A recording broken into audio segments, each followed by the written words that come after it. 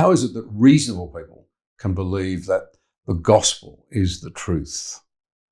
Well, let's take one example. The first one that comes into my head that fits your context, I think.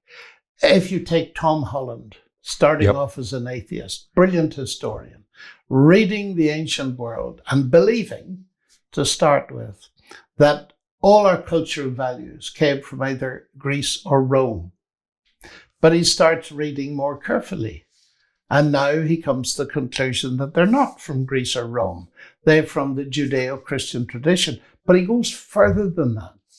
He said at the heart of that tradition, and it's actually a very moving passage, where he describes his discovery of the meaning of the cross of Christ at the center of this.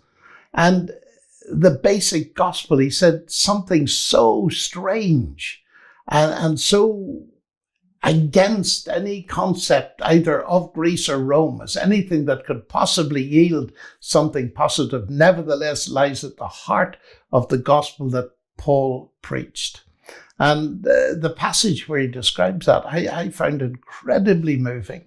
So I think there is an example where he's coming to discover that actually the message, when you look at it, seems to be weak and miserable and all the rest of it, but it deals with the fundamental human problem of guilt. And if I might call it sin, which no utopia deals with, which is why they all fail.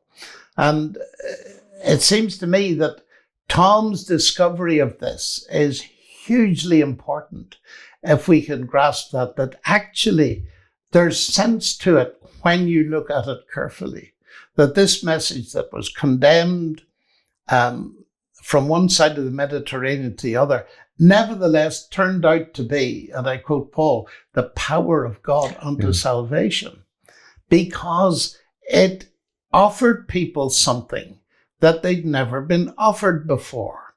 And that was a sense of forgiveness, a sense of identity in relation to God who created them in his own image. And all of that comes up all together.